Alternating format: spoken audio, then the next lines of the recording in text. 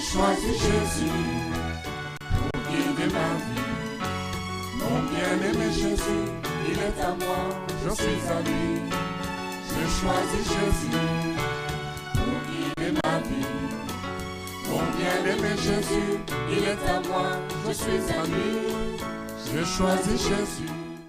Bonjour à tous, nous glorifions le Seigneur pour ce temps qu'il nous accorde et nous voulons célébrer notre Dieu pour ce temps qui permet. Dieu est bon, Dieu est merveilleux et si nous sommes là, c'est pour élever son nom. Il est écrit que les bontés de l'Éternel se renouvellent chaque jour. Et ayons l'humilité et aussi l'esprit de reconnaissance pour accepter ce que Dieu fait pour nous et pour le célébrer parce qu'il est bon. Quelles que soient les situations, les événements, nous voulons élever son nom et lui dire qu'il est le Dieu Tout-Puissant. Son trône est élevé au nom de Jésus. Seigneur, à toi la gloire, Seigneur, toi qui es le Dieu Tout-Puissant, Seigneur.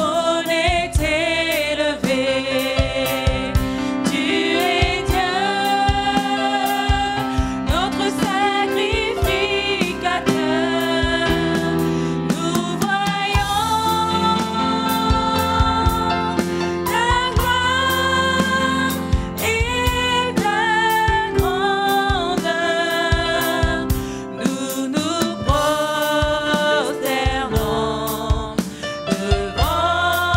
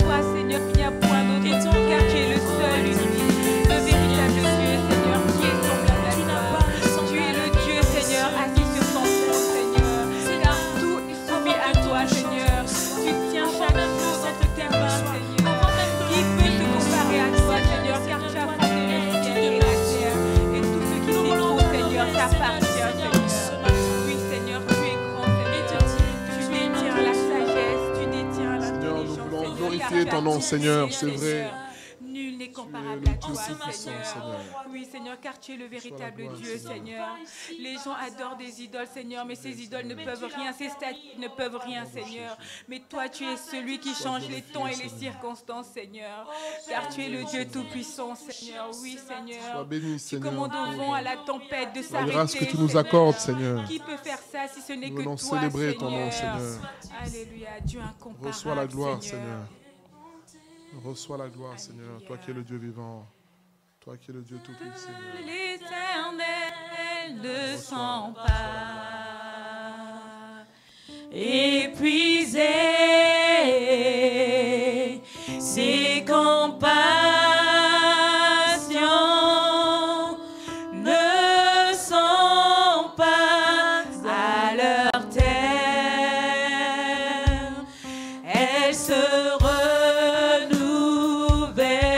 renouvellent chaque matin. Elles se renouvellent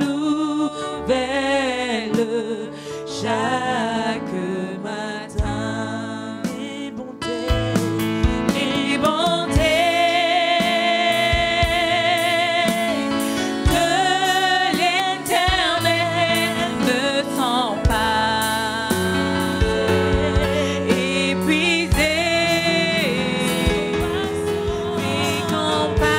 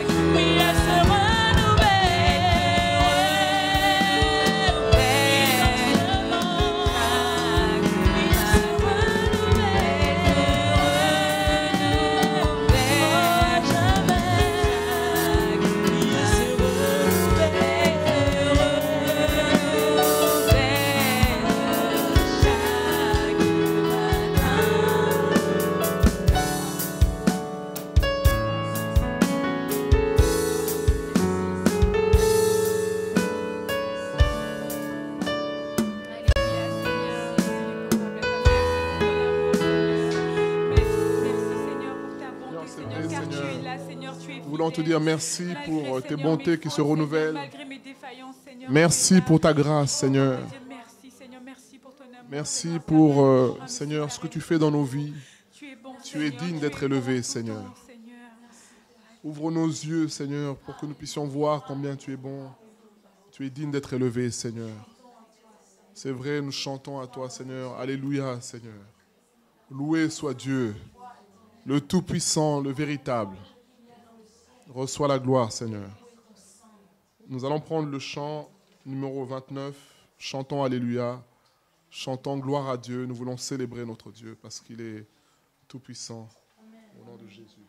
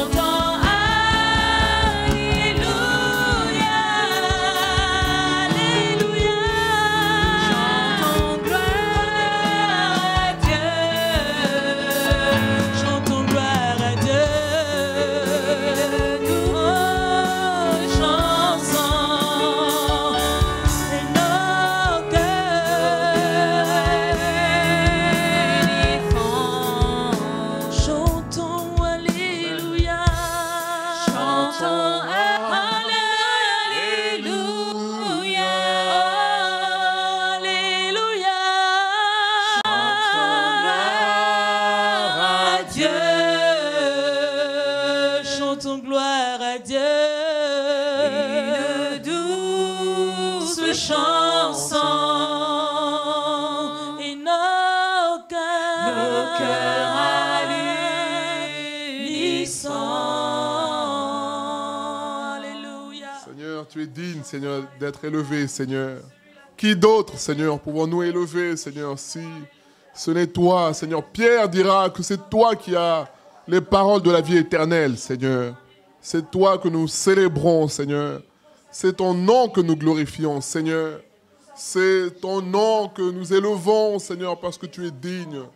Oh, Seigneur, devant toi, Seigneur, nous voulons nous faire petits, Seigneur. Lorsque nous voyons notre vie ancienne, Seigneur, il est écrit dans Ésaïe 53 que nous étions comme des brebis errantes. Chacun suivait sa propre voie. Seigneur, mais tu t'es révélé à nous, Seigneur. Tu nous as sortis, Seigneur, des ténèbres pour nous amener à la lumière, Seigneur. Et devant toi, Seigneur, nous voulons, Seigneur, nous faire petits, Seigneur. Reçois la gloire, Seigneur. Au nom de Jésus. Sois loué, Seigneur. Le numéro 166 devant toi, Seigneur.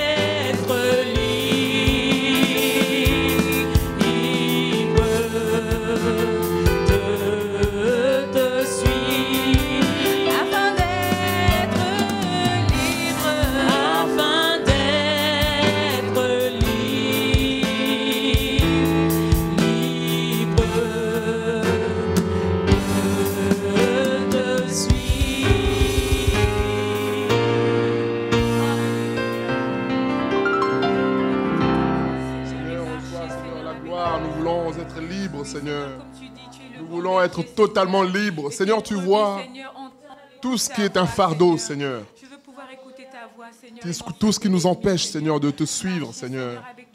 Tu as dit que celui qui veut te suivre doit renoncer à toute sa vie, Seigneur. Et tu vois, Seigneur, tout ce qui nous empêche, Seigneur, de te suivre.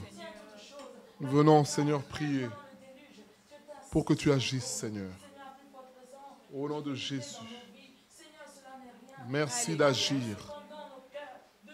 Merci, Seigneur, de te manifester. Au nom de Jésus. Au nom de Jésus. Merci, Seigneur, pour ta fidélité. C'est vrai, Seigneur. Nous venons, Seigneur. Nous voulons être libres, Seigneur. Que ton nom soit glorifié, Seigneur. Merci, Seigneur, pour ta grâce. Merci pour ta grâce, Seigneur. Au nom de Jésus. Reçois la gloire. Reçois la gloire, Seigneur. Car tu vis et règnes à jamais, Seigneur. Tu es le Dieu vivant. Ce matin, peut-être que tu es là, tu es accablé par des soucis, des problèmes. Tu te demandes ce que tu fais en ce lieu. Tu te dis, mais qu'est-ce que je fais là? Pourquoi je suis venu ici? Et nous voulons te dire tout simplement que tu es dans la présence du Créateur du ciel et de la terre. Alors qu'est-ce qui t'empêche de t'adresser à lui pour lui dire, Seigneur, je veux te suivre, mais regarde, il y a tellement de choses qui m'empêchent d'être libre.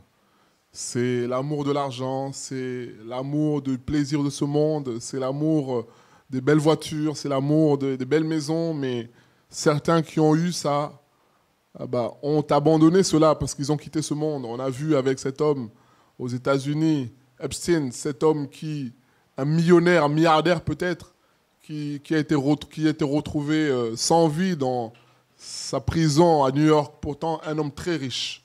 Alors on parle de suicide, on parle de meurtre, on ne sait pas, mais dans tous les cas, c'est que ses biens sont restés et il ne les a pas emportés avec lui. Et Dieu, lui, ce qu'il a à nous donner, c'est plus que ce que ce monde peut donner. Il donne la vie. Et c'est la raison pour laquelle nous le célébrons, nous louons son nom et nous voulons chanter à notre Dieu un cantique nouveau avec un cœur disposé et un cœur sincère. C'est ça que nous voulons faire, chanter pour notre Dieu. C'est le chant numéro 9 dans les recueils.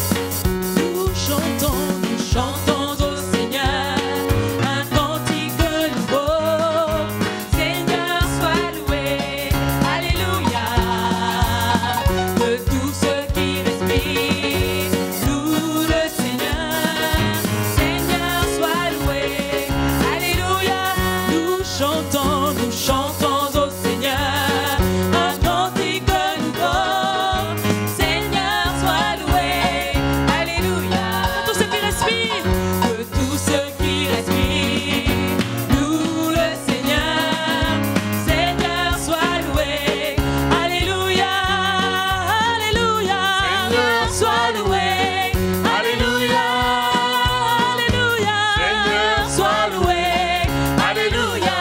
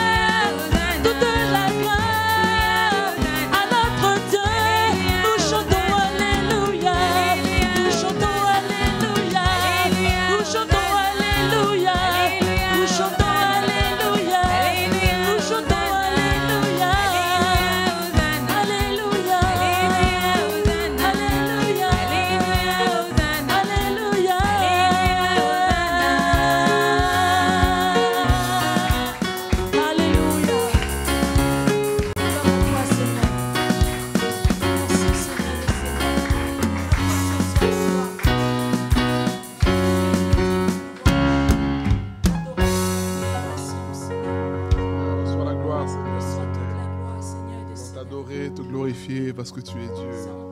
Nous voulons t'adorer aussi, Seigneur, avec, Seigneur, nos offrandes, Seigneur, tout ce que nous voulons t'offrir, Seigneur, par reconnaissance. Parce que tu es bon et tu es excellent, Seigneur. Tu es bon, Seigneur. Le chant numéro 162. Dieu, tu es bon.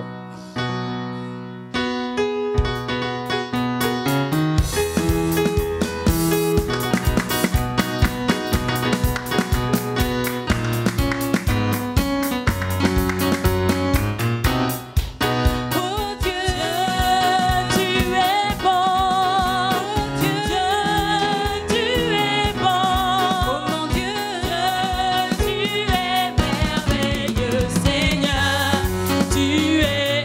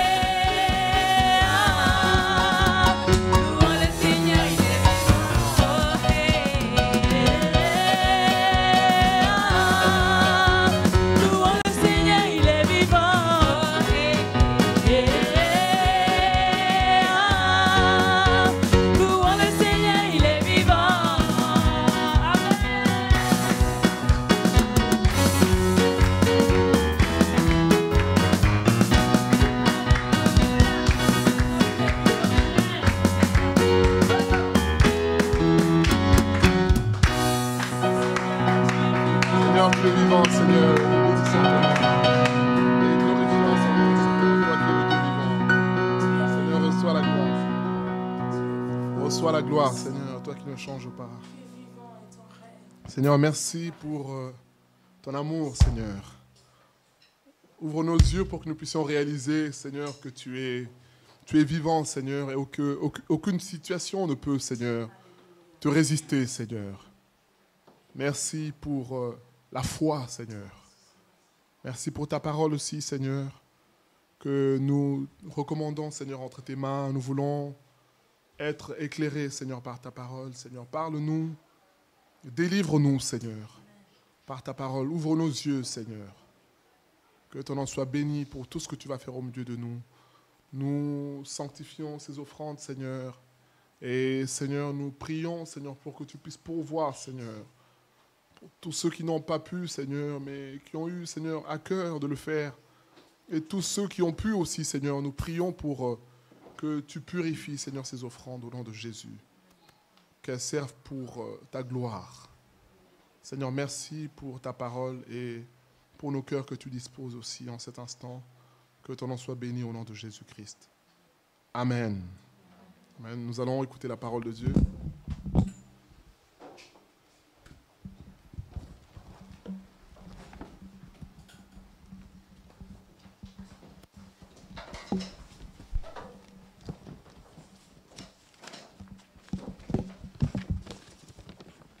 Nous lisons dans le livre des Actes des Apôtres, au chapitre 20.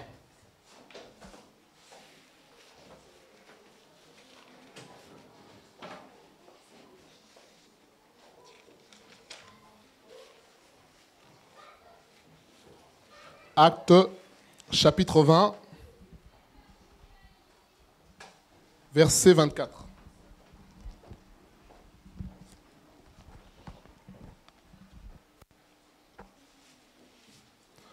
Acte 20, 24.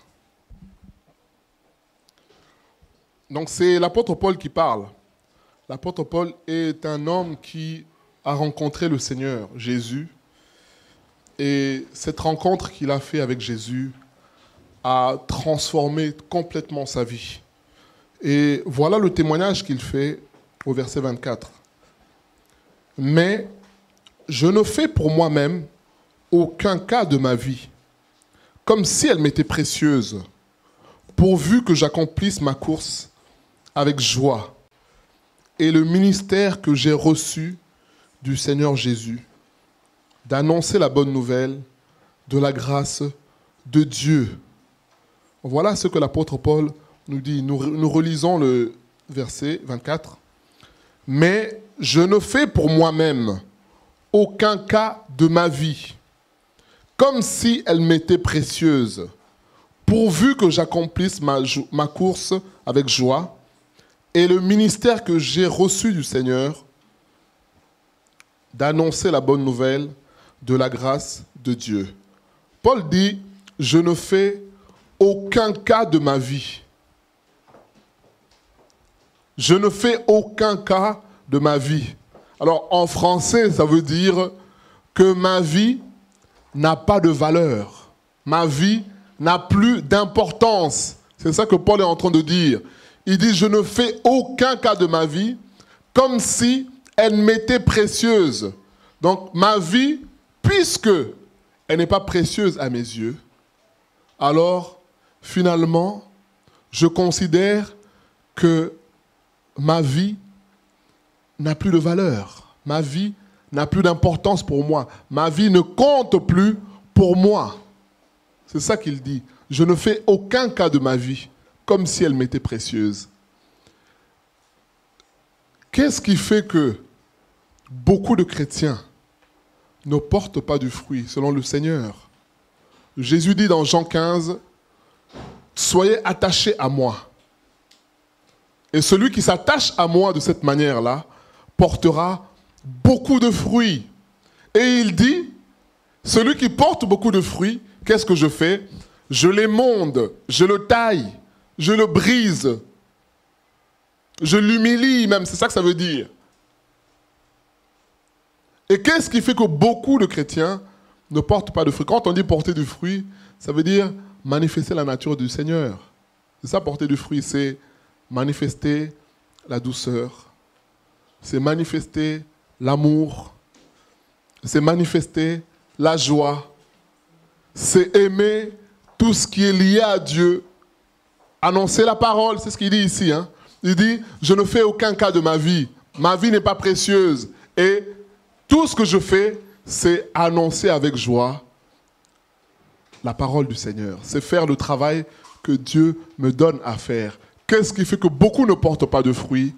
En réalité, c'est parce que leur vie a de l'importance. Leur vie compte encore. Leur vie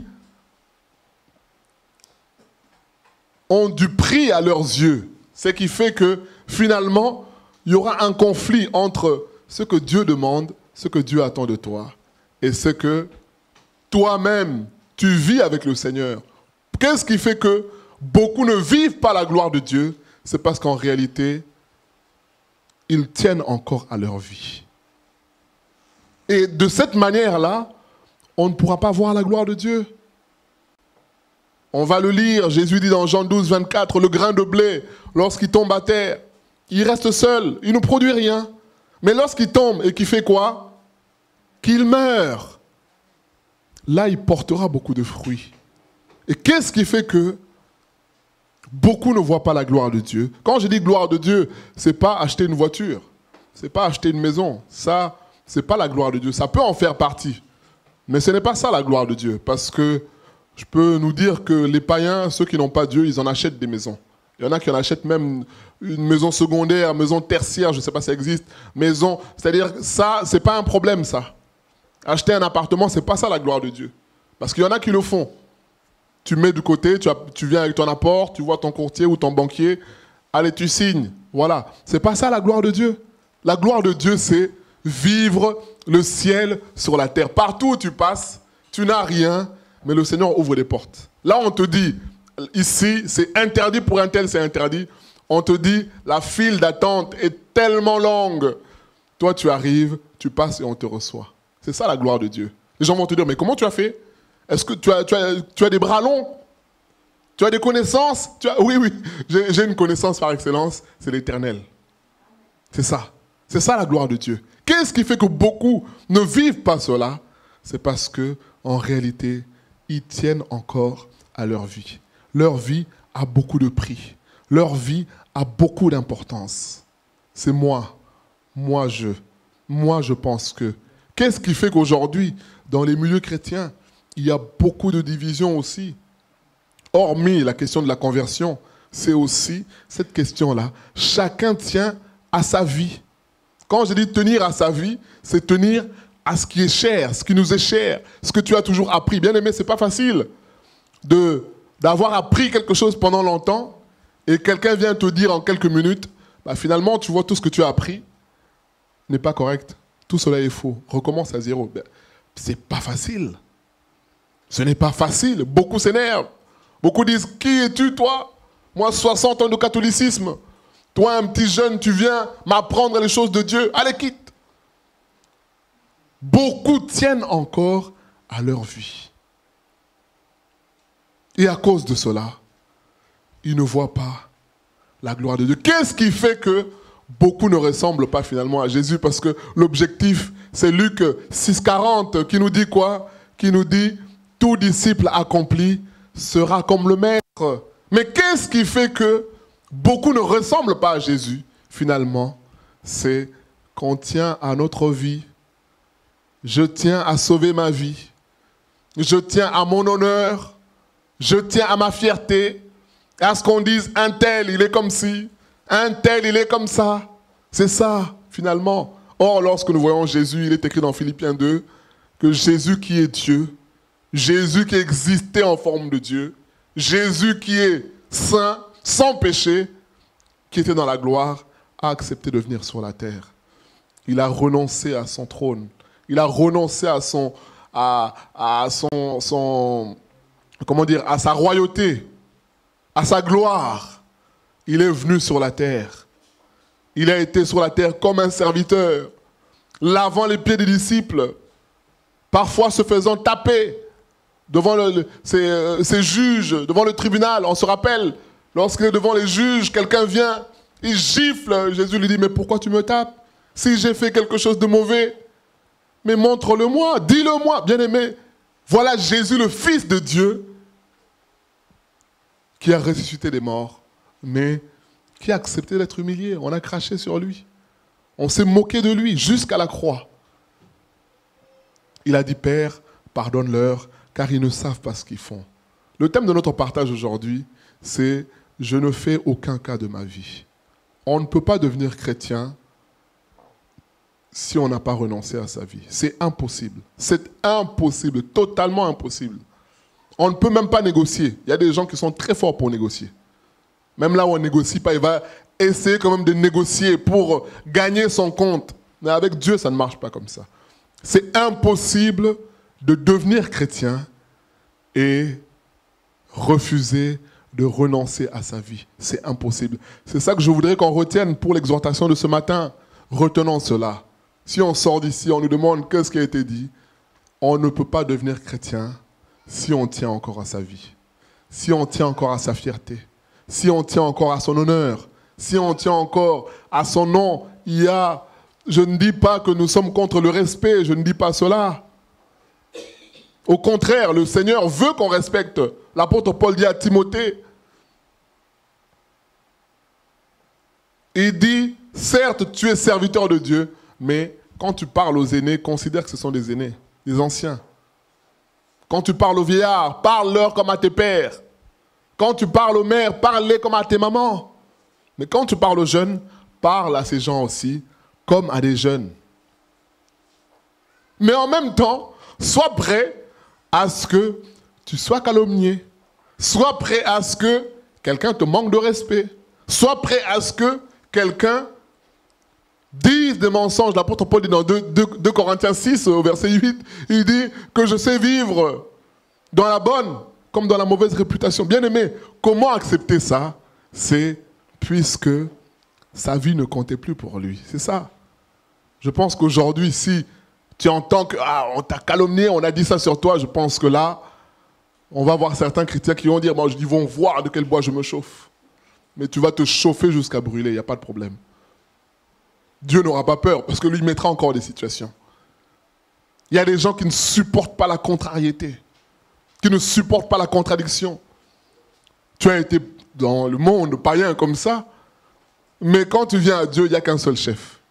Il n'y a qu'un seul maître à bord, c'est l'Éternel. Il n'y en a pas deux, il n'y a qu'un seul. Et lui, il va te mettre dans des situations où tu vas devoir renoncer à ta vie.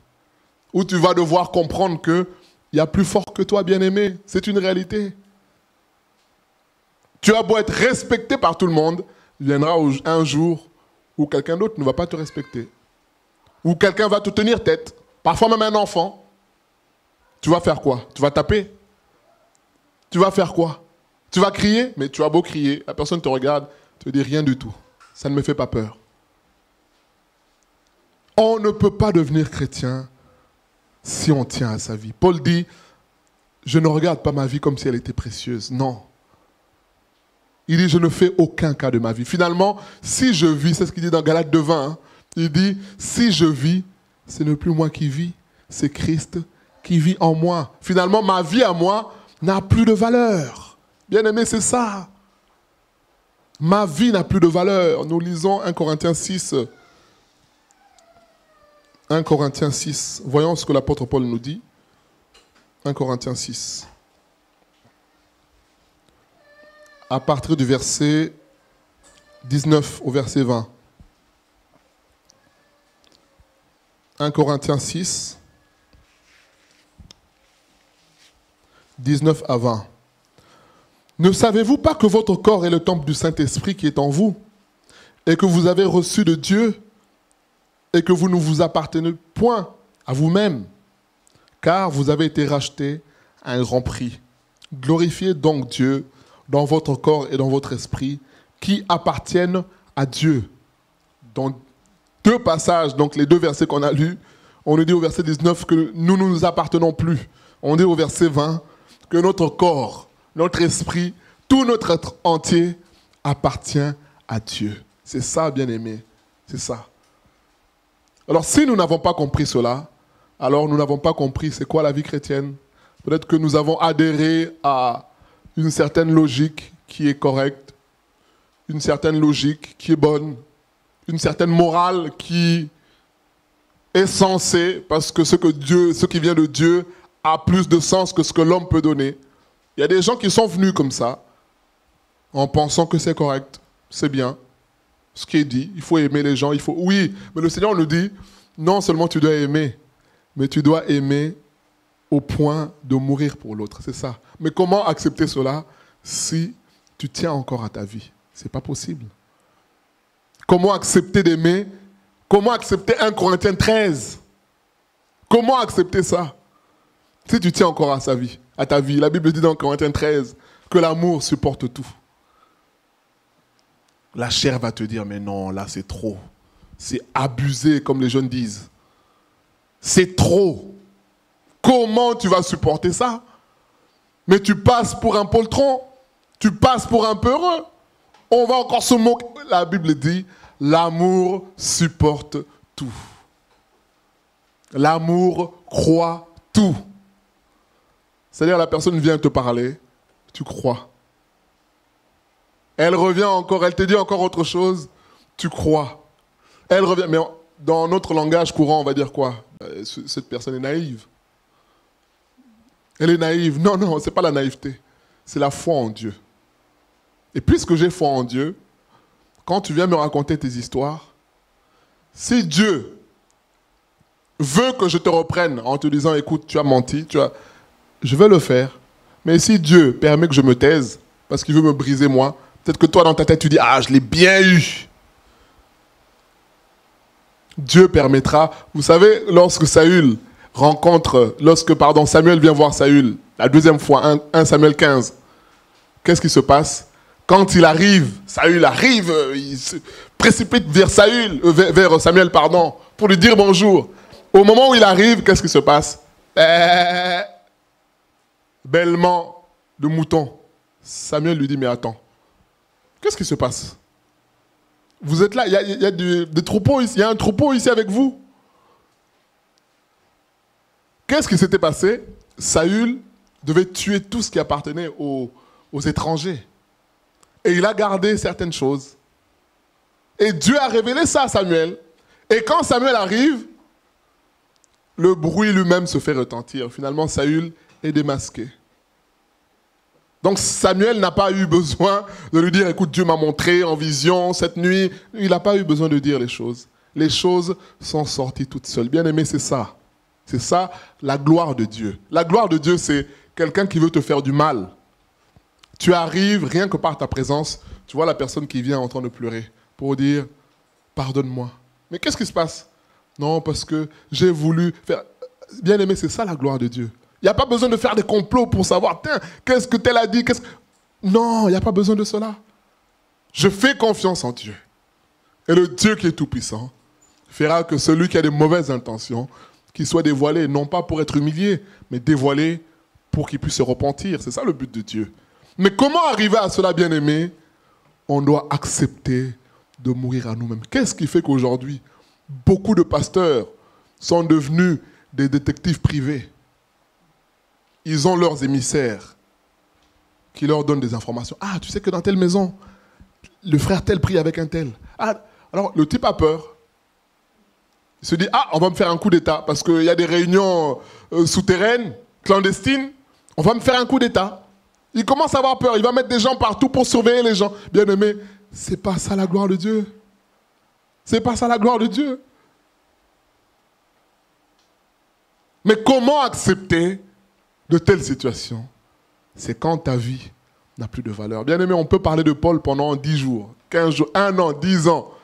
Sa vie est un véritable témoignage pour moi-même, mais pour nous tous. Qu'est-ce que Paul n'était pas? Qu'est-ce que Paul n'a pas eu? Qu'est-ce que Paul n'a pas reçu comme instruction? Sur tous les plans. On peut le lire, hein? Philippiens 3. Philippiens 3.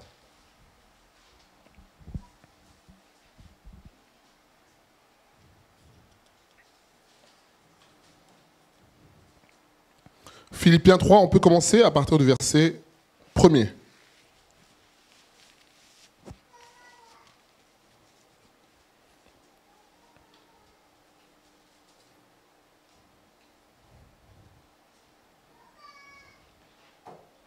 Ou on peut commencer au verset 4. Verset 4 jusqu'au verset 8.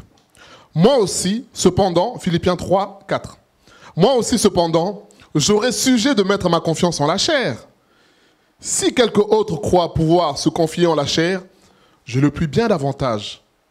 Moi, je parle de lui maintenant, circoncis le 8e jour, de la race d'Israël, de la tribu de Benjamin, hébreu né d'hébreu, quant à la loi, pharisien. Donc Paul maintenant est en train de sortir son CV. Il dit, il y a des gens qui servent Dieu, mais qui sont hébreux, parfois avec des mélanges, qui sont hébreux, mais qui ne sont pas issus de la tribu de Benjamin, qui sont hébreux, mais qui ne sont pas circoncis le 8e jour. Ils sont circoncis, mais pas le 8e jour. Lui, il dit, voilà, moi qui je suis. Et non seulement ça, il dit, quant à la loi, je suis pharisien. Pour être pharisien, il y avait des conditions drastiques. Il fallait être circoncis le 8e jour, il fallait avoir un certain âge, il fallait être né, comme c'est écrit là, d'hébreu, il fallait avoir un descendant qui était pharisien. Donc c'est-à-dire que c'était des gens qui étaient très pieux, très à cheval sur la loi. Verset 6, quant aux zèles, persécuteurs de l'Église. Il dit, j'étais tellement pharisien que je persécutais même l'Église. Parce qu'il y avait des pharisiens qui se contentaient de vivre leur vie, tout simplement. De pharisiens, aller au temple, revenir. Lui, il dit, moi, non seulement j'étais pharisien, mais j'étais zélé pour anéantir les disciples de Jésus. Et dans Acte 9, on sait qu'on dit qu'il persécutait les chrétiens pensant rendre un culte à Dieu. Il dit irréprochable à l'égard. Il dit irréprochable à l'égard de la justice de la loi. Mais ces choses qui étaient pour moi des gains, je les ai regardées comme une perte à cause de Christ. Et même, je regarde toutes choses comme une perte à cause de l'excellence de la connaissance de Jésus-Christ, mon Sauveur, pour lequel j'ai renoncé à tout, et je le regarde comme de la boue afin de gagner Christ et d'être trouvé en lui, non avec ma justice, celle qui vient de la loi, mais avec celle qui s'obtient par la foi en Christ. La justice qui vient de Dieu par la foi. Voilà ce que l'apôtre Paul dit. Voilà ce qu'il dit. Il dit que toutes ces choses qui étaient pour moi un gain, qui était ma fierté, j'ai renoncé à toutes ces choses. Non seulement j'ai renoncé à ça, mais je regarde comme de la boue. Je pense que parmi nous, il y a des choses auxquelles on a renoncé. Mais on sait que faut pas trop m'approcher. C'est peut-être la musique, c'est peut-être une chanson, c'est peut-être quelque chose qu'on écoutait autrefois. On sait que quand on écoute ça, on préfère sortir de la pièce ou du magasin parce qu'on se dit, là, rien que ce son-là me rappelle des choses. On le sait. Mais lui, Paul, il dit quoi? J'ai regardé ces choses comme... J'ai renoncé d'abord à ça, mais je regarde ça comme de la boue. C'est-à-dire qu'il dit, non seulement j'ai renoncé à cette vie passée, mais cette vie passée-là est sale. Elle est pourrie. Elle n'a pas de valeur. Elle est répugnante. Elle ne m'inspire pas du tout. Voilà ce que Paul est en train de dire de son ancienne vie. Bien-aimé, c'est ça. Beaucoup sont chrétiens et sont attachés à leurs valeurs, à la culture d'origine. Je suis un tel. Nous, dans la famille un tel, on ne nous parle pas comme c'est. Bien-aimé, tu as tapé à côté. Tu as tapé à côté. Ou alors, si tu n'as pas tapé à côté, tu as tapé à la bonne porte ce matin, le Seigneur frappe à ta porte pour te dire, renonce à cela. Nous, chez les tels, on n'accepte pas. Tu as tapé à côté.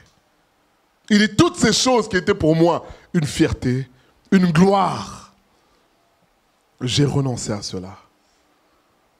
Et une chose importe, c'est connaître Christ. C'est parvenir à cela. C'est saisir Christ, c'est devenir semblable à lui. C'est ça, bien-aimé. Je ne fais aucun cas de ma vie. C'est ça, être chrétien. C'est accepter cela. Tu as l'habitude où partout où tu passes, on dise son éminence, son excellence, président tel, chef tel, ou pasteur tel. Tu arrives quelque part, quelqu'un t'appelle par ton prénom. Parfois, il est plus jeune que toi. C'est comme j'écoutais un faux prédicateur. Quelqu'un m'a envoyé une vidéo. En Côte d'Ivoire, il dit qu'il il va au restaurant avec ses, bien sûr, ils sont toujours accompagnés, leurs acolytes.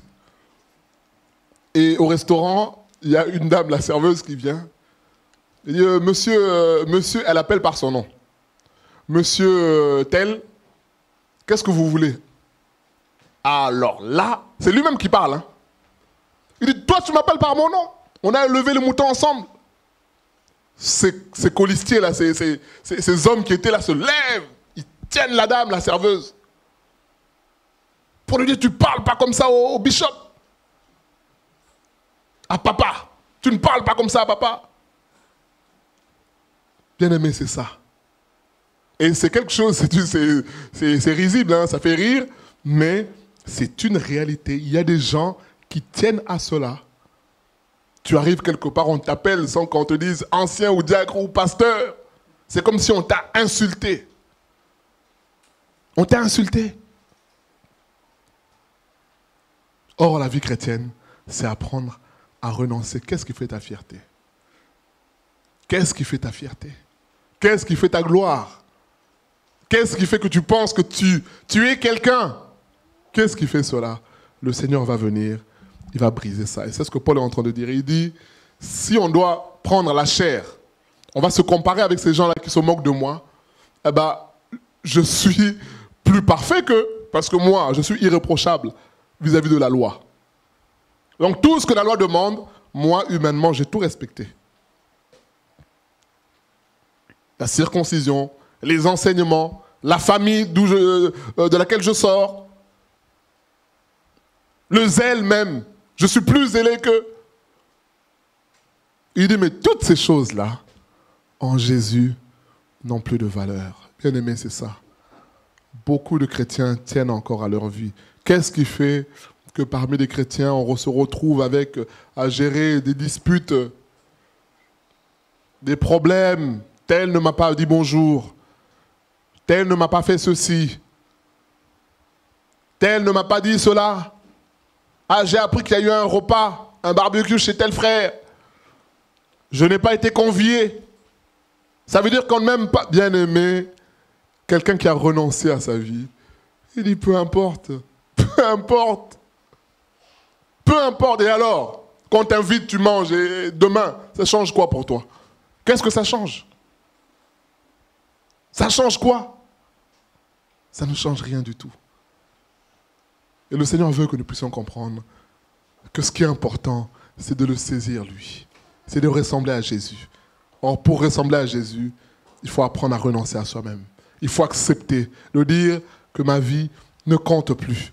Ma vie n'a plus de valeur. Luc 9. Luc chapitre 9. Verset 23. Luc chapitre 9.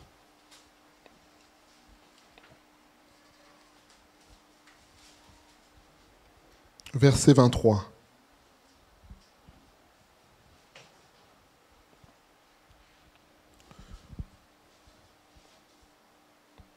Luc 9, 23.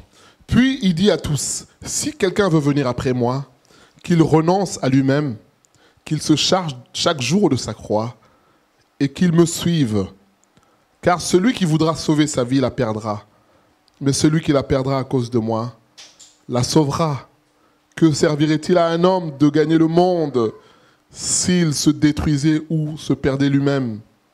Voilà ce que le Seigneur dit. Il dit, quiconque veut me suivre, il doit renoncer à lui-même. Il doit prendre sa croix chaque jour et il doit me suivre. Bien aimé, c'est ça l'évangile.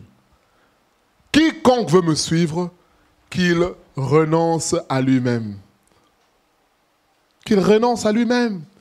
Tout ce qui fait sa fierté, on se rappelle dans Luc au chapitre 18, l'homme qui vient voir Jésus pour lui dire, Maître, mais que dois-je faire pour aller au ciel? Jésus lui dit, mais qu'est-ce qui est écrit dans la loi? Honore ton père et ta mère. Il dit, ah Maître, mais tu sais, mais depuis longtemps je fais ça, j'honore mes parents.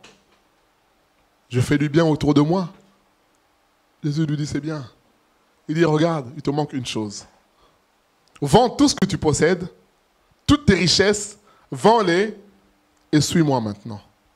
Et on nous dit quoi? L'homme s'en retourna tout triste. Il était triste. Pourquoi il était triste? Parce que ce que Jésus demandait était plus fort. Était trop fort pour lui. Il ne s'y attendait pas. Il pensait que le Seigneur allait lui donner une liste de choses à faire. Tu dois te lever tôt le matin, prier 4 fois, tu dois faire ceci, tu dois... Il attendait ça. Jésus lui dit non. Si tu veux me suivre, si tu veux être parfait, alors vends tout ce que tu possèdes et suis-moi. Vends toutes tes richesses. Vends tout ce que tu as comme valeur. Tout ce qui est cher à tes yeux. Et la vie, pour l'homme, est chère. La vie, pour l'homme, c'est ce qu'il a de plus précieux. Quelqu'un peut être pauvre, ne rien avoir, mais avoir la vie. Et parce qu'il a la vie, il est capable de se mettre devant un président, d'insulter le président. Même s'il n'a rien, mais il a la vie. On a vu un Bush qui est allé quelque part en Irak, quelqu'un a pris la chaussure, vous vous rendez compte, président des États-Unis. Et pas n'importe lequel. George Bush, c'est encore, on dirait, bon, peut-être Trump, excusez-moi, mais George Bush. Quelqu'un a pris la chaussure, un journaliste, il a lancé la chaussure sur le président. Donc l'homme, par sa vie, il a la fierté. Et cette fierté-là, à un moment donné, va entrer en conflit avec Dieu. Dieu va te dire, écoute, je veux que tu te laisses faire. Matthieu 5, 38, ne résistez pas aux méchants. On te tape sur une joue, tends l'autre. Donne l'autre joue pour qu'on te tape encore. Parfois, au moment où on te tape, tu dis non, ça fait pas mal, fais encore fort, plus fort. Laisse-toi faire. Bien-aimé, pour accepter ça, pour vivre ça, il faut que ta vie n'ait plus de valeur. Ta vie n'ait plus de valeur. C'est ce que Jésus dit. Il dit, quiconque veut me suivre, qu'il renonce à lui-même. C'est ça notre plus grande fierté, notre plus grande richesse, c'est nous-mêmes. Le reste, ça vient après. Mais c'est nous-mêmes notre propre richesse. Et le Seigneur, c'est ça qu'il veut. Parce que s'il voulait l'argent, il aurait dit à cet homme, ben écoute, viens avec ton argent, on va travailler ensemble, ça va nous aider. Non. Il dit, vends tout ce que tu possèdes. Sépare-toi de ces choses, viens et suis-moi. Alors là, tu seras parfait. Et l'homme a refusé cela. Il a dit, non, Dieu m'en demande beaucoup. J'ai déjà fait beaucoup de sacrifices. J'ai déjà donné beaucoup. Mais Dieu ne demande pas beaucoup. Dieu demande tout. Il y a une nuance. Nous, on compte. On dit, mais regarde, j'ai fait ça. Lundi, j'ai fait ça. Mardi, j'ai fait ça. Mercredi encore. Jeudi encore. Vendredi, samedi. Non, Dieu, lui, il ne demande pas beaucoup. Il demande toute ta vie. C'est ça qu'il demande. Toute ta vie. Tout. C'est ce qu'il a dit à cet homme. Voilà pourquoi il était triste. Il est parti. Malheureux. Et les disciples regardent le Seigneur et disent, Maître, oh là là, mais c'est dur ce que tu dis. Qui peut être sauvé? Jésus dit, ce qui est impossible aux hommes est possible à Dieu. Il est plus facile pour un chameau de passer par une aiguille, c'est-à-dire les portes des villes. Il est plus facile pour un chameau de passer par là qu'à un riche d'entrer dans le royaume de Dieu. Maintenant, quand on dit riche, ce n'est pas seulement celui qui a de l'argent. C'est celui qui pense avoir des richesses. Comme on a dit, c'est notre honneur. Ce sont nos diplômes. Il y a des gens, tu as fait des études d'ingénieur. Peut-être en audiovisuel, en tout ce qui est tout cela. Tu arrives dans une église, ton raisonnement voudrait quoi? Que tu travailles à la sono. Parce que tu as des acquis, parce que tu as des compétences que les autres n'ont pas. Et souvent dans les églises, bon, c'est la grâce de Dieu, c'est tous des autodidactes, des gens qui ont appris tout seuls. Quand tu arrives, la logique voudrait qu'on dise, tiens monsieur, voilà la sono, la table de mixage est là, voilà, on a besoin de... Mais non, avec Dieu, ça ne marche pas comme ça. Tu viens comme ça, on dit, il y a une place, on dit oui, il y a le ménage à faire, on manque du personnel au ménage. Bien aimé, ce sont des réalités. C'est là que le Seigneur nous attend. Oui, mais je trouve que le son... Ah, on dit oui, c'est pas grave, on se débrouille comme ça. Mais nous, on a besoin de monde au ménage. Alors toi, monsieur l'ingénieur, toi, monsieur le grand musicien, tu te retrouves à faire le ménage pour la gloire de Dieu. Amen. Que Dieu soit béni. Que Dieu soit béni, c'est ça. C'est ça. Et c'est là que Dieu nous attend. Il dit, si quelqu'un veut me suivre, si, c'est du conditionnel, c'est-à-dire que tu veux ou tu ne veux pas. Mais si tu veux me suivre, alors renonce à toi-même, renonce à ta fierté, renonce à ta façon de penser. Il y a des gens, c'est moi je pense que. Bah pour moi, mais avec pour moi, tu vas arriver à contester tout. Tu vas contester même Dieu. Tu arriveras à contester Dieu. Parce que finalement, c'est toi. Or, Dieu ne voit pas comme toi. Il est écrit dans Ésaïe 55 que mes pensées ne sont pas vos pensées. Ma façon de faire n'est pas la vôtre. Donc, à un moment donné, tu voudras aller à gauche. Dieu dira non, pas à gauche, à droite. Tu vas aller à droite. Dieu dit non, maintenant j'ai changé à gauche. Ah, tu vas dire non, là, non, c'est trop là. Ah ben oui, mais Dieu, c'est ça. Dieu, c'est ça. On ne peut pas suivre le Seigneur si on n'a pas renoncé à soi-même. On n'a pas renoncé à la colère. On n'a pas renoncé à la haine. On n'a pas renoncé à la méchanceté.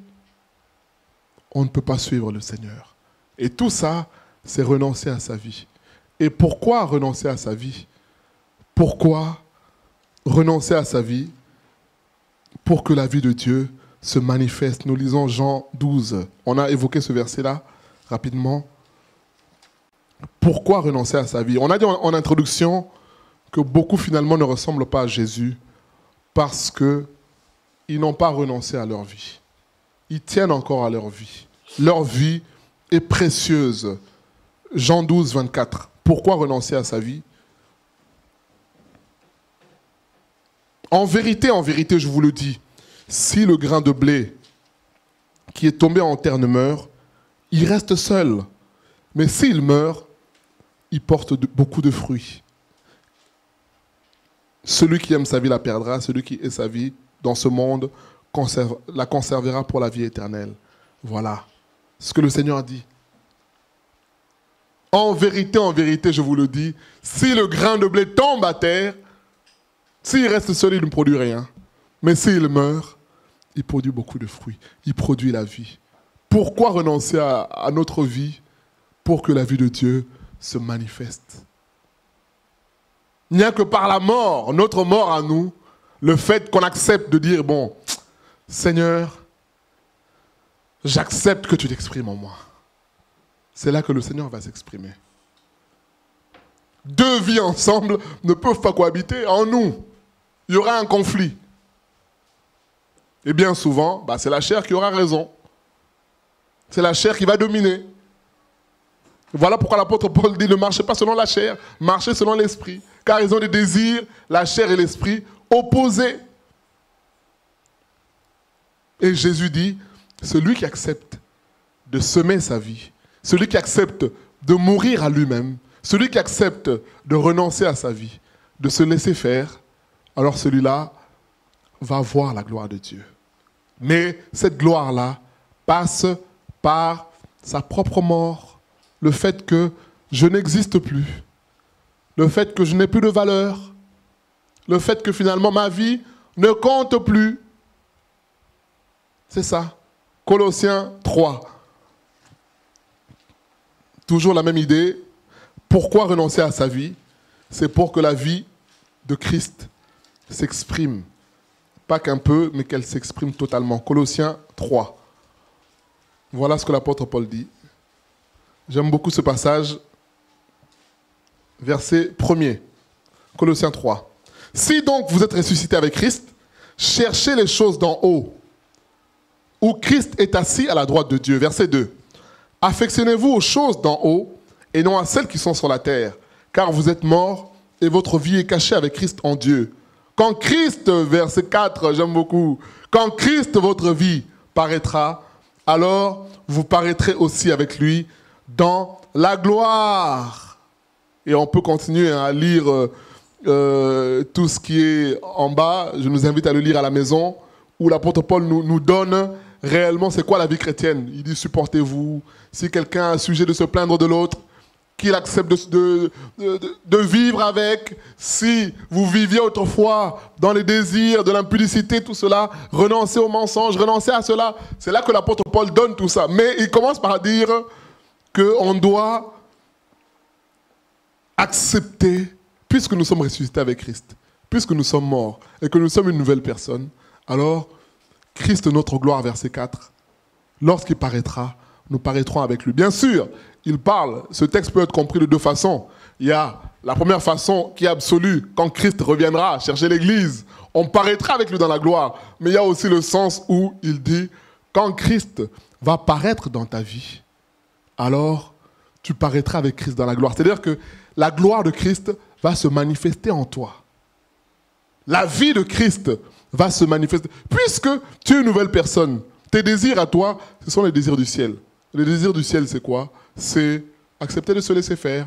C'est aimer même ceux qui ne nous aiment pas. C'est prier pour ceux qui nous persécutent. Mais comment arriver à cela? Il faut d'abord accepter de renoncer à soi. Bien aimé, prier pour quelqu'un qui te fait du mal, c'est pas humain. C'est pas humain. Parce que la chair, qu'on le veuille ou pas, te dira non, c'est pas possible. Il est trop méchant.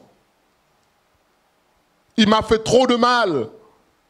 Déjà, on a du mal à pardonner. Alors, prier pour la personne, c'est encore plus difficile. Mais cela est possible quand on a accepté de renoncer à soi-même. Quand on se dit, bon, c'est pas grave. Tout ce qui importe, c'est Christ. Tout ce qui importe, c'est Jésus. C'est ce que Paul dit. Les gens se moquaient de Paul. Ils disaient, mais écoute, mais vous suivez cet homme-là, Paul, il est en prison. Mais s'il était de Dieu, mais il sortirait de prison, Dieu le sortirait de prison. Pourquoi Dieu le laisse en prison? C'est parce qu'il est mauvais. C'est parce qu'il a des péchés. C'est parce que ceci, c'est parce que cela. Et Paul dit, je sais vivre dans 2 Corinthiens 6 qu'on n'a pas lu, qu'on a évoqué. Il dit, moi je sais vivre dans la bonne ou la mauvaise réputation. Il dit, peu importe. Tant que l'évangile de Christ est annoncé, c'est le plus important. Je ne vais pas chercher à me justifier pour dire je suis dans les liens parce que le Seigneur a voulu ainsi. Il dit non, ça ne sert à rien. Ça ne sert à rien de chercher à me justifier. De toutes les façons, je sers de libation. Libation, c'est-à-dire qu'on a fait le sacrifice, on a fini le sacrifice et on prend de l'eau ou un liquide qu'on met maintenant pour dire voilà, le sacrifice est terminé. Il dit c'est ça. Ce qui manque aux souffrances de Christ, moi j'achève cela dans ma propre chair. C'est ça. Ce que Paul dit. Il dit, moi, je n'ai plus de valeur. Qu'on se moque de moi, qu'on dise qu'il a fait ceci, il a fait cela. Il dit, ça n'a pas de valeur. Tout ce qui importe. Il dit, je fais une chose. Je poursuis ma course. J'oublie ce qui est en arrière. Je regarde devant. C'est ça, bien-aimé. C'est ça, bien-aimé. Mais pour y arriver, on doit accepter de renoncer à nous-mêmes, de renoncer à notre fierté, de renoncer à notre moi, de renoncer à toutes les valeurs qu'on pense être essentielles et nécessaires pour voir la gloire de Dieu, pour que le Seigneur s'exprime.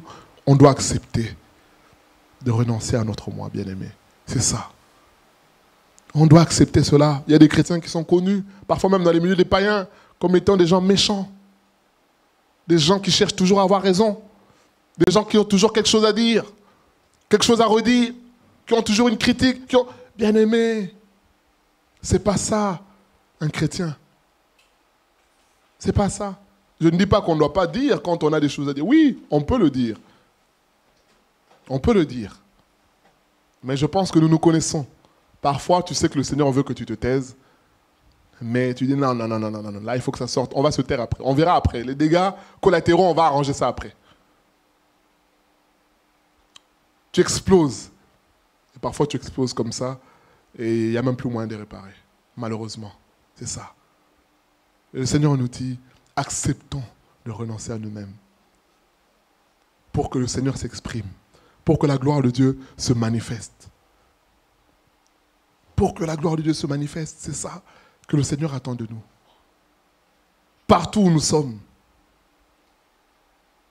Acceptons. Pourquoi renoncer à nous-mêmes? Puisque le Seigneur nous a choisis comme un canal pour le salut des autres. Deuxième point, Le Seigneur nous utilise, nous, comme un canal pour les autres. Mais pour utiliser ce canal-là, il faut qu'il le brise d'abord. Il faut que ce soit un canal qui lui appartienne totalement. Qui lui appartienne totalement, bien-aimé. Quelqu'un comme Joseph qui a eu des songes clairs de Dieu. Et dans ces songes, il voit qu'il domine sur ses frères. Mais quelle a été la vie de Joseph? Ça a été quoi? Ça a été la haine dont il a fait l'objet de la part de ses frères.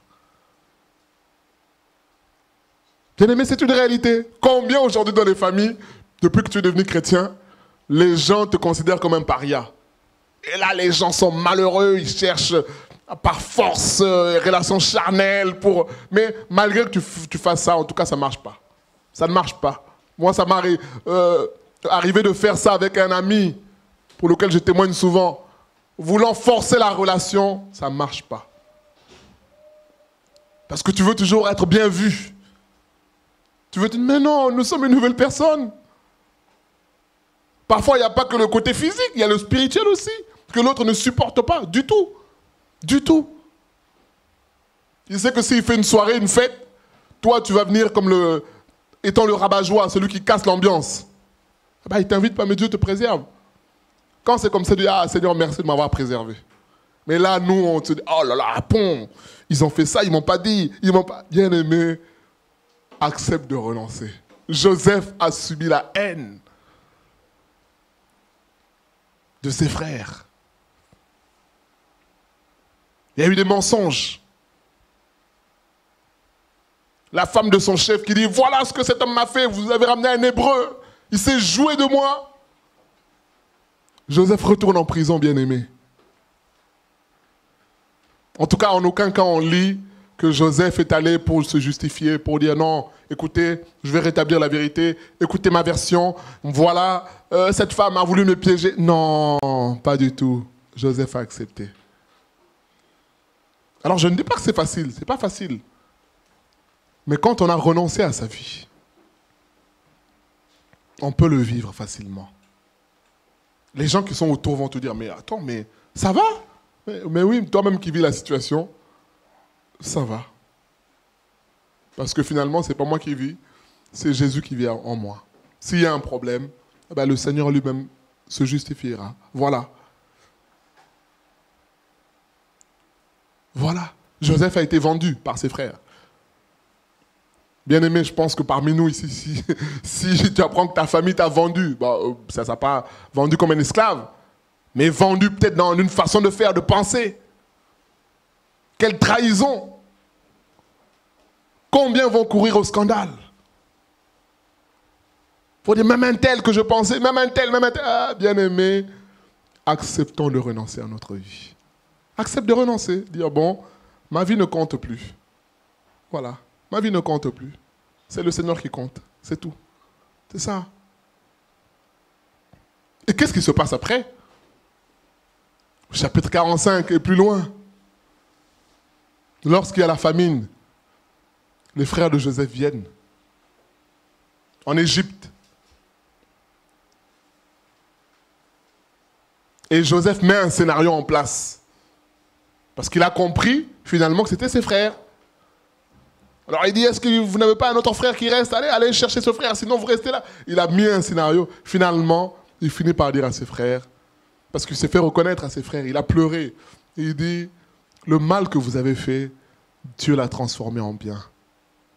Dieu m'a fait passer par cette souffrance pour vous sauver, vous. Bien-aimé, c'est cela. C'est cela.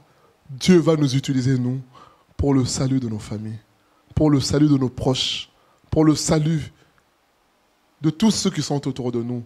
Mais il faut qu'on accepte de prendre le risque de mourir à nous-mêmes, de mourir à ce que nous pensons. Ce n'est pas facile, bien-aimé. Ce n'est pas facile. Tu arrives à un endroit comme c'était le cas dernièrement où je suis parti à Paris pour des obsèques. Tu arrives à un bâtiment catholique. Il faut rentrer dans le bâtiment catholique. Ah, je dis non, je ne rentre pas. Je suis resté tout seul dehors. Alors, vous savez, des papas, des gens âgés, des grands-pères qui viennent pour... Mais attends, toi, tu penses que tu es le seul qui connaît les choses. Non, on connaît les choses. J'ai dit, écoutez, moi, faites ce que vous avez à faire. En quoi, moi là, un petit comme ça, je vous gêne? Mais entrez. Faites vos choses, moi, je vous attends dehors. Et ils venaient un par un, pression. Non, mais il faut honorer la personne quand même. Il faut... J'ai dit, moi, je n'entre pas. Je n'entre pas. Je n'entre pas. Et le jour où le Seigneur permettra, on parlera, je dirai non. On ne peut pas, comme il est écrit dans 2 Corinthiens 6,14, qu'on ne peut pas se mettre avec des infidèles sous un joug étranger, entrer dans ces bâtiments-là où il y a des statues, où on adore les esprits. C'est pas de Dieu. Mais bien aimé, le risque, c'est de mourir quand même parce que là, les gens parlent. Hein. Ils vont dire, ah voilà, voilà encore lui, voilà encore, voilà. Bien aimé, c'est cela. Mais on doit accepter de mourir à nous-mêmes. Peu importe ce que les gens vont dire. Tant que ce n'est pas le péché qui reproche, tant que ce n'est pas un mauvais comportement, comprenons-nous bien, bien aimé. Je ne suis pas en train de dire que tu vas avoir un mauvais comportement et puis, non. Tant que tu es dans la vérité, quoi qu'il arrive, elle dérangera les personnes. Elle dérangera. Elle dérangera. Mais la question c'est, suis-je un instrument du Seigneur? Et pour l'être, accepte de renoncer. Esther, Mardochée vient voir Esther pour lui dire, regarde, Aman a fait un complot contre les Juifs. Il veut tuer tous les Juifs. Alors comme tu es la femme du roi, va voir le roi pour plaider en notre faveur. Esther dit, mais comment je vais aller voir le roi? Si je rentre dans la cour du roi, je cours le risque d'être tué. Mardochée lui dit, écoute, fais attention. Sache que si toi tu refuses d'aller voir le roi, sache que Dieu nous délivrera. Parce qu'il est Dieu. Mais il passera par un autre moyen. Mais toi, ne pense pas que tu seras épargné. Et là, Esther dit, écoutez, priez pour moi. Jeûnez 3 jours, priez et j'irai voir le roi. Je prends le risque.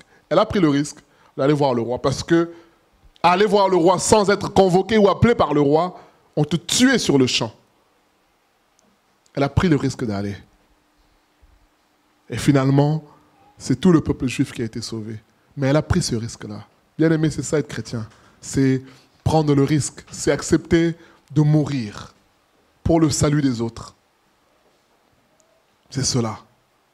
Les amis de Daniel qui ont résisté devant le roi Nabuchodonosor, ils sont allés dans la fournaise ardente. Un homme, regarde, le roi dit, mais attendez, il y avait 3 hommes qu'on a mis dans la fournaise. Comment ça se fait qu'il y en a 4? Je vois un homme qui est semblable au fils il est semblable à un ange.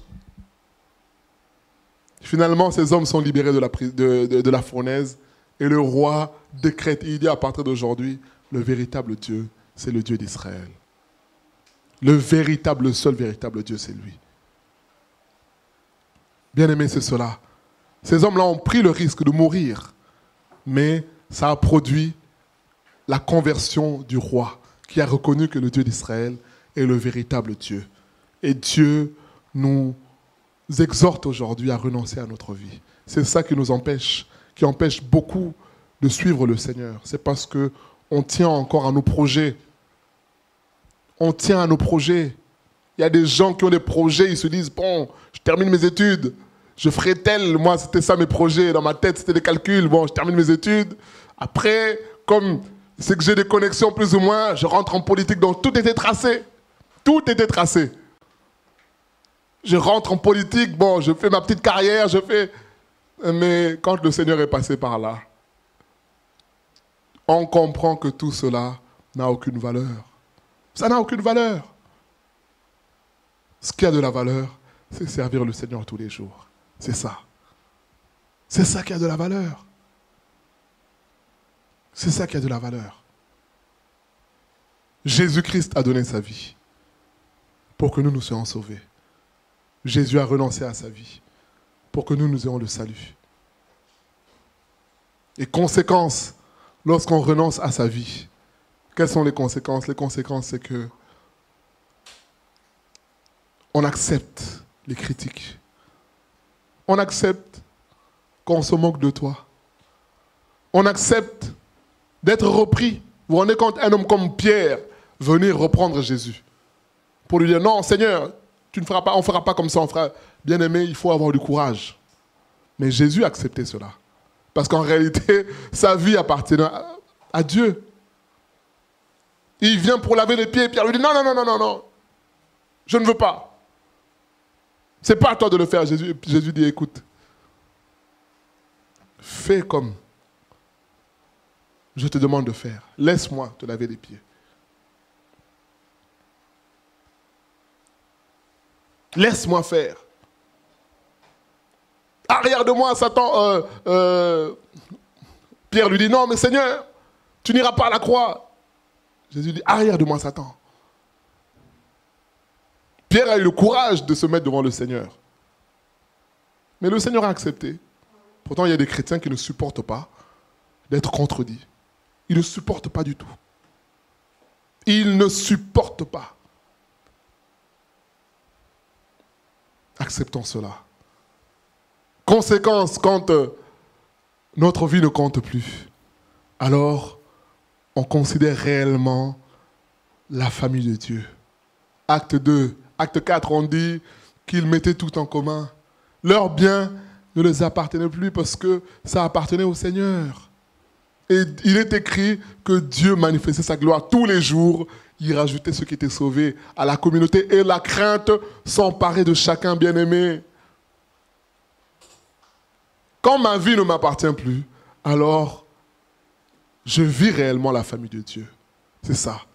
Et dans la famille de Dieu, comme dans toute famille, il peut arriver qu'il y ait des petites frictions, mais ça ne va pas affecter notre relation parce que la relation, elle est là. Dans la famille charnelle, on sait que c'est mon grand frère, c'est mon petit frère, même si il arrive qu'il y ait des frictions, mais ça reste mon frère. C'est ça. Et dans la famille du Seigneur, celui qui sait renoncer à lui-même, eh bien, à un moment donné, il se fait petit. Toi, tu veux être grand. Bon, ok, moi, je me fais petit. C'est ça. Jésus dit dans Luc 9, il dit, quand tu arrives dans une fête, mets-toi où? Mets-toi à la dernière place. C'est ça. Mets-toi à la dernière place. Comme ça, le maître de la fête, quand il vient, il dit, oh, maintenant, il y a un problème. Pourquoi tu es là? Viens. Et là, il te fait passer devant tout le monde.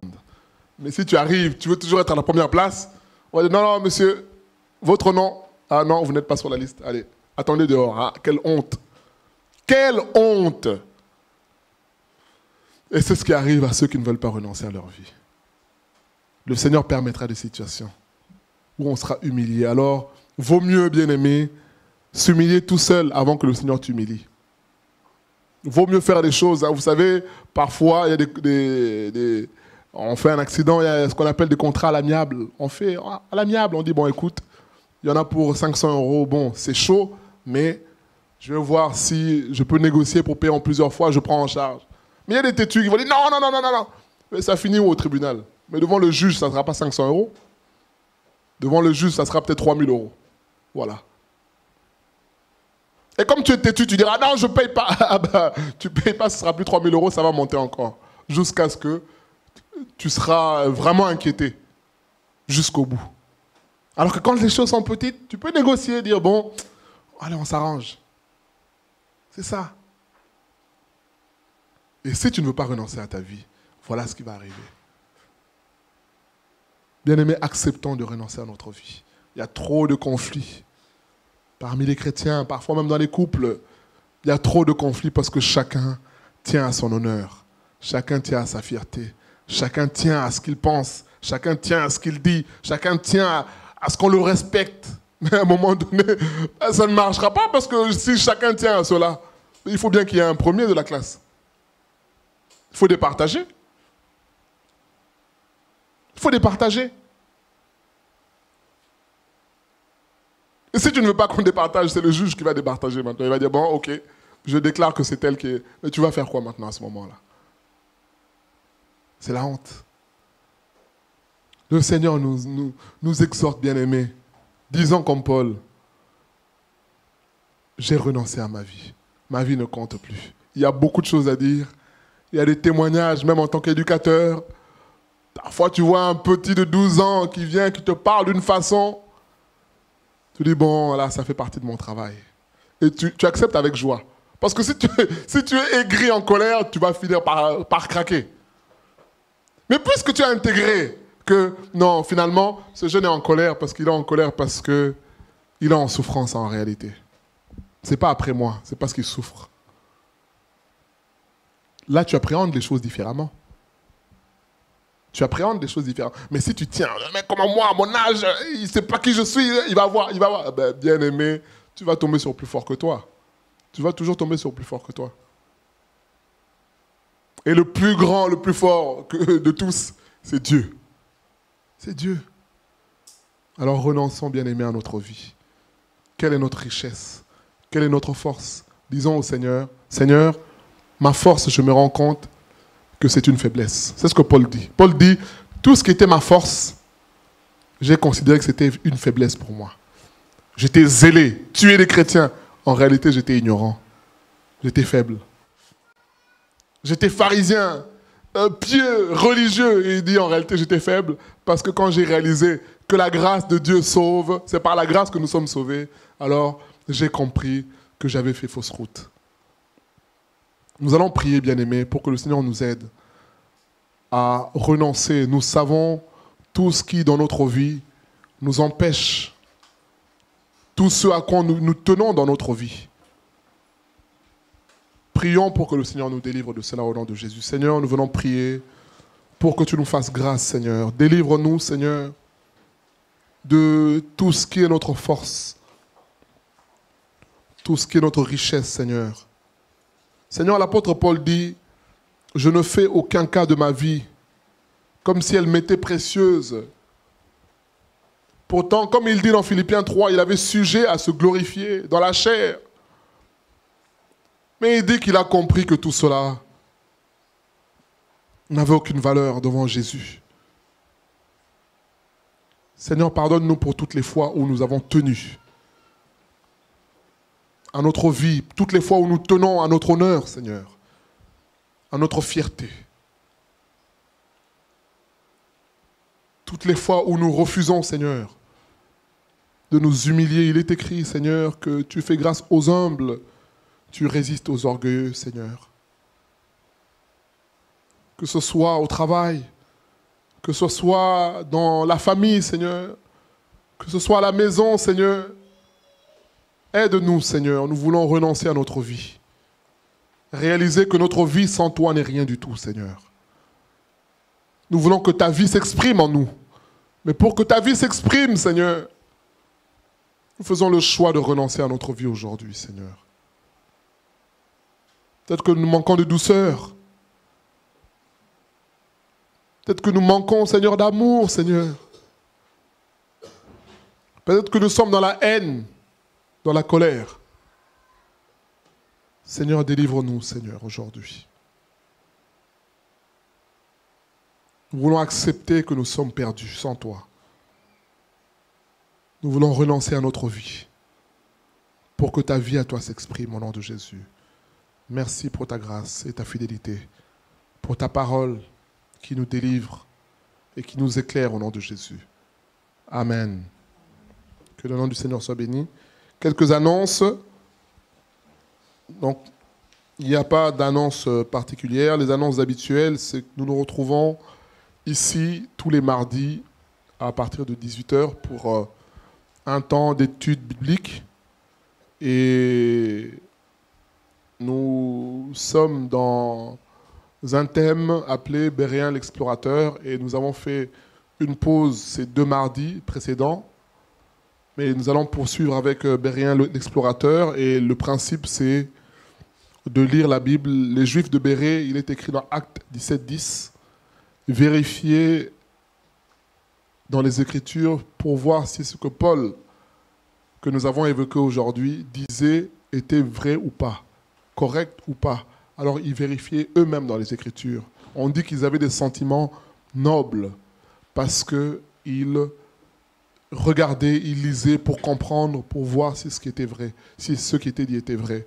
Et c'est ce que nous faisons, Béréen l'explorateur. Nous explorons la Bible pour comprendre ce que le Seigneur veut nous dire. Et il y a la possibilité de poser des questions pour ceux qui sont là en direct ou même de loin par Internet. On peut aussi poser des questions. Voilà pour le mardi. Le mercredi, nous nous retrouvons le mercredi pour un temps d'intercession à partir de 18h jusqu'à 19h20 ou 30. Et nous prions pour différents sujets, principalement pour le salut de la Normandie. Et comment prier pour les autres si nous-mêmes, nous ne pensons qu'à nous-mêmes, ce n'est pas possible. Un intercesseur, c'est celui qui s'oublie soi-même pour prier pour les autres. Et c'est ça, renoncer à sa vie. C'est penser d'abord à la vie des autres. Moi, je passe après. Et c'est ce que nous faisons le mercredi. Et c'est une forme de prière que Dieu affectionne particulièrement parce que, bien évidemment, on s'oublie soit on prie pour les autres. Or, la logique voudrait qu'on prie pour soi, pour ses besoins, pour ses problèmes, ce qui est une bonne chose par ailleurs. Mais s'oublier soi alors qu'on a des problèmes pour prier pour le salut des autres, c'est ce que le Seigneur a manifesté aussi envers nous. Il s'est oublié lui-même pour nous sauver, nous. Et le vendredi, bon, ça concerne plus Paris. On a un temps de réunion à Paris. Et les bien-aimés d'ici font le déplacement. Et le dimanche, nous nous retrouvons à partir de 10h, ici, à Grand Couronne, à Rouen-Gauche, à Canteleu, et à Grieux, c'est à partir de 10h30. On se retrouve pour glorifier le Seigneur et le célébrer. Donc voilà un petit peu les annonces. Et le dimanche après-midi, il y a aussi, comme aujourd'hui, un culte dans la région parisienne, à Massy. Donc nous allons prier pour remercier le Seigneur pour sa parole et recommander aussi le temps de communion fraternelle où nous allons partager, manger quelque chose ensemble. Prions pour que le Seigneur puisse nous conduire et purifier tout ce que nous allons prendre. Seigneur, nous bénissons ton nom et nous te glorifions pour ta fidélité. Ta grâce encore, Seigneur, aujourd'hui, qui se manifeste. Merci pour ta grâce, ton amour. Merci pour ta parole qui nous transforme. Merci pour l'œuvre que tu fais dans nos vies, Seigneur. Nous bénissons ton nom pour cela. Nous te recommandons aussi, Seigneur, le temps de communion fraternelle que nous allons avoir. Nous prions pour que tu nous conduises et que tu nous diriges, Seigneur, en toutes choses. Nous purifions tout ce que nous allons partager et que la gloire ne te revienne qu'à toi seul au nom de Jésus. Amen. Que Dieu soit béni.